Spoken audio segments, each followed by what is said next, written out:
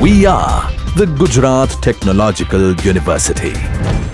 Since its inception over a decade ago, GTU has been empowering young and curating minds to realize their true potential.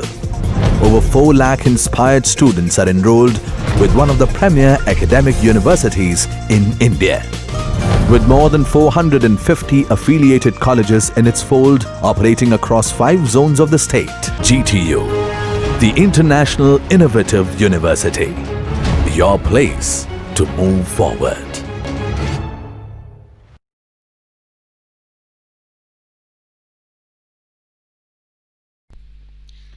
Hello students, I am Professor Sweety Patel, Faculty of Ahmedabad Institute of Technology, Computer and IT Department, Subject Advanced Java Technology. In today's session, I am going to cover JSP, its advantages over servlet, JSP lifecycle and implicit objects. What is JSP?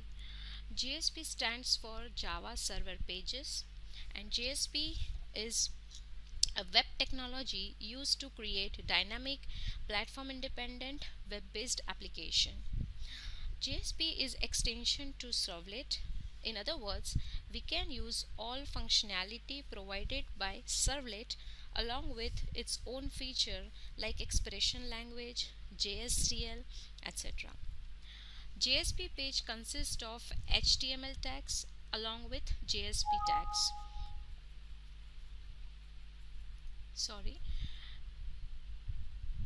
Along with JSP tags.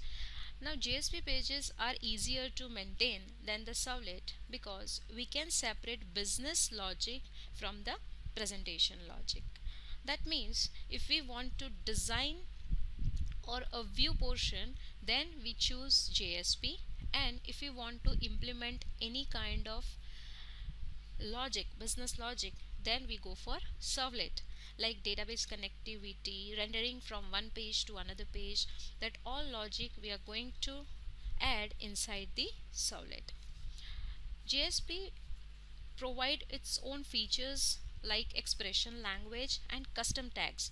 That means we can create our own tags so that we can minimize the coding. We can use less coding in case of JSP. Now let's see the advantages of JSP over servlet. Now first one is extension to servlet. That means all the features of the servlet are provided inside the JSP because ultimately JSP is going to convert it into servlet. Another one is easy to maintain. As I told you, JSP can be easily managed because we can easily separate our business logic with presentation logic. A third one is fast development. That means in case of servlet, suppose if we make a single change in designing, then we have to recompile and we have to redeploy it. But in case of JSP, we need not have to recompile it or redeploy it. The changes are automatically rendered to the browser. The fourth one is less code than servlet. Now less code is why?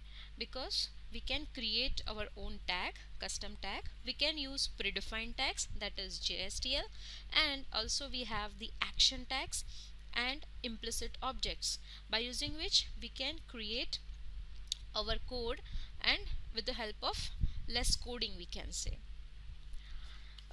Then we can move further to the JSP lifecycle.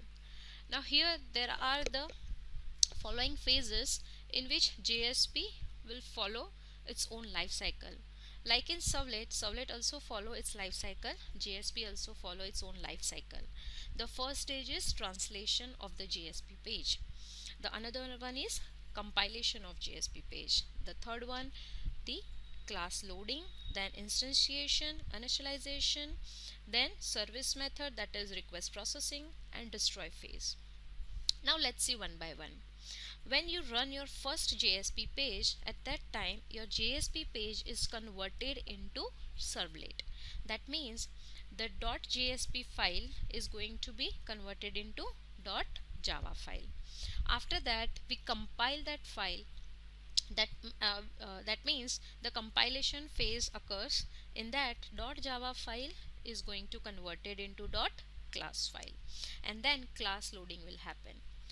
After that, the instance of a servlet will be created, and the first time the JSP init method will be called, and the init method will be called only once throughout whole life cycle. After that, every time when we request particular JSP page, then the underscore JSP service method will be called. Now this method will be called again and again whenever we call the JSP file. And at last, the JSP destroy method will be called when we are going to close the browser, or we come out of the JSP lifecycle. So JSP destroy method is also called only once during the whole lifecycle. Now we'll move further. Now how we can add our Java code to the JSP. Now JSP is a combination of HTML as well as Java. So now if we want to add our Java code inside JSP, we have to use JSP scripting elements. Now we have three types of scripting element. First one is scriptlet tag, then expression tag, and JSP scriptlet tag. Now the first one is scriptlet tag. In that we can have less than percentage, percentage greater than. In that we are going to write the Java code. The expression tag where we call our variable or methods, and in the JSP scriptlet tag we are going to define the variables and methods. Now we'll see the examples so that you can better understand. The first one is, here you can see out.print, inside that welcome AIT, and then we have used semicolon. So here whatever statements you are going to write, at the end you have to specify the semicolon. So out is an implicit object, and about the implicit object we'll see furthermore. For this moment, just remember out is an implicit object of the printWriter class, and it is used to print our output on the browser. So print is a method in which we are going to provide the string which we want to display. The next one is the expression tag. In the expression tag, here you can see we are going to display the current date, right?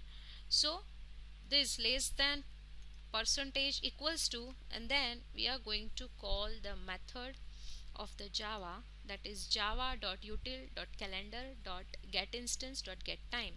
So it will display the current time. So here you can notice we haven't used semicolon.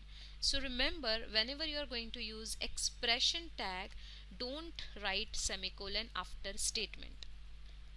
Fine. So this is how we can call the expression tag for calling the method, or you can call the variable as well. Now next topic is the implicit objects. We have total 9 implicit objects.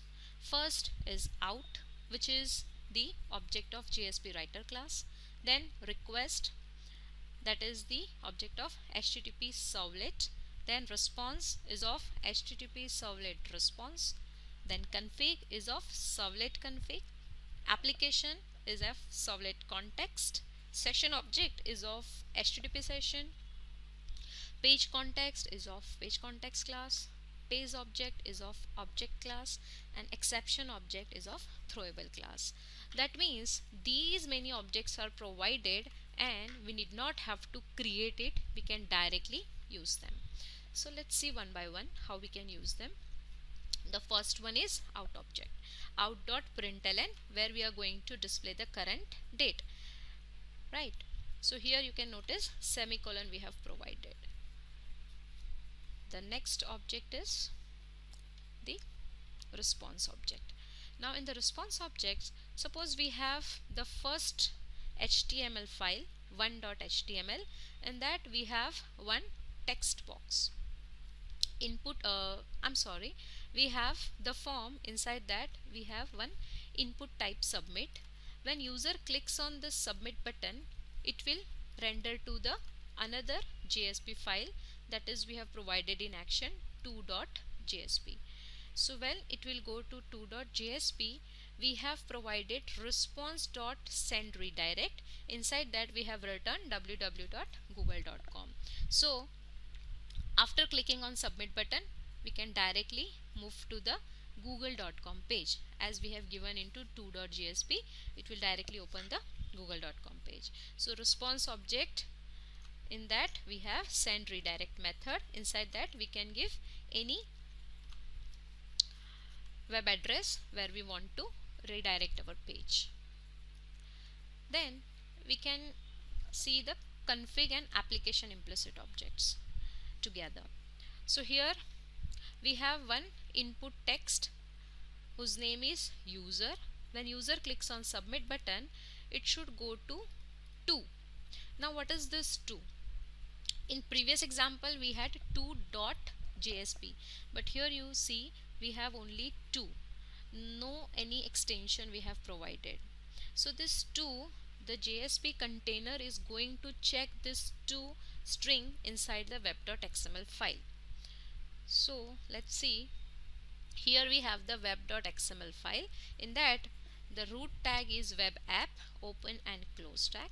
Inside that we have another tag, servlet open tag, servlet close tag, then servlet mapping tag, servlet mapping closing tag. Now if we want to use config object, we should provide init param inside servlet tag. Now when user clicks on the submit button, it should look for TWO2, right? So here in the URL pattern, it will come here first TWO2, then it will look for the corresponding servlet name that we have provided AIT. From this servlet mapping, it will go to the servlet tag. There it will check for servlet name, which it could find AIT, and then we have the JSP underscore file tag, open and close tag. In that we have 2.jsp, so it will redirect to 2.jsp file. Now here you can see in the 2.jsp file we have init param. In that init param name, param value, so d name and the value of it. Now we are going to retrieve this value inside the 2.jsp file. So let's see how you can retrieve. Here we have 2.jsp file. Then we have printed request.get parameter user. Now what is this user? The name of text box we have provided in 1.html file, the user. So whatever user will write inside the text box, we will get that value and we will print like welcome that user. Then we want the initialization parameter we have provided in web.xml file. So this is the config object, implicit object, config.getInit parameter. Inside we are going to give the name of the variable which we have provided, dname. Here you can see the dname is sun.jdbc.odbc.jdbc.odbc driver. So you will get the name and we are going to store inside the string driver and we are going to print it. Now another point is implicit object application. So now what is this application? This is the context param. Context param means the parameter which is common for whole web application, and config param means they are bound with particular servlet. Means in our case we have the 2.jsp file, so the dname, it is an init param and is only accessible within this 2.jsp. But the context param, which is the name of context param is pass and the value is root, so this is applicable to whole web application. Each and every web page or servlet page you can access this parameter. So how we can get that value? By using application implicit object dot method is getInit parameter. The name of parameter, what is the name? Pass. See, we have given the name pass. So we can get that value, and we are going to print by using out.println. So how many objects we have used in this example? First, out parameter, second, request parameter, third, config, then application. These many objects we have used in this JSP. Now move to other implicit object, session. Now session implicit object is of HTTP session class. Same kind of example, we have one.html file. When user clicks on submit button, it will go to 2.jsp. Now here you can see we haven't give only 2. We have mentioned .jsp also, right? Because we are not going to bind this with the web.xml file. We need not have to bind it with the web.xml file, right? So it will directly go to 2.jsp, and we are going to fetch the value of this text box by using its name, user. Now see, request dot get parameter user, and then we are going to print welcome that user. Now what I want to do, I want to store this name inside the session attribute, and I want that value to the third JSP file. Okay, so session is an implicit object, then dot set attribute. Inside that, the name parameter we are going to store in this user, and then when user clicks on this other JSP page link, it will redirect to 3.jsp. Now how we are going to access this attribute? Like if we want to set the attribute, we have the method set attribute. Similarly, if you want to get the attribute value, we have the session.get attribute. Now here you can notice we have only one argument, that is the name of attribute, user. See, here we have two arguments. First is where we want to get the value and we want to store inside the user, and then next one is we are going to access it by its name, and we are simply going to print its value. So the session implicit object would have two methods, set attribute and get attribute. Next we will see the other parts of the JSP in upcoming session. So thank you so much everyone. Happy learning.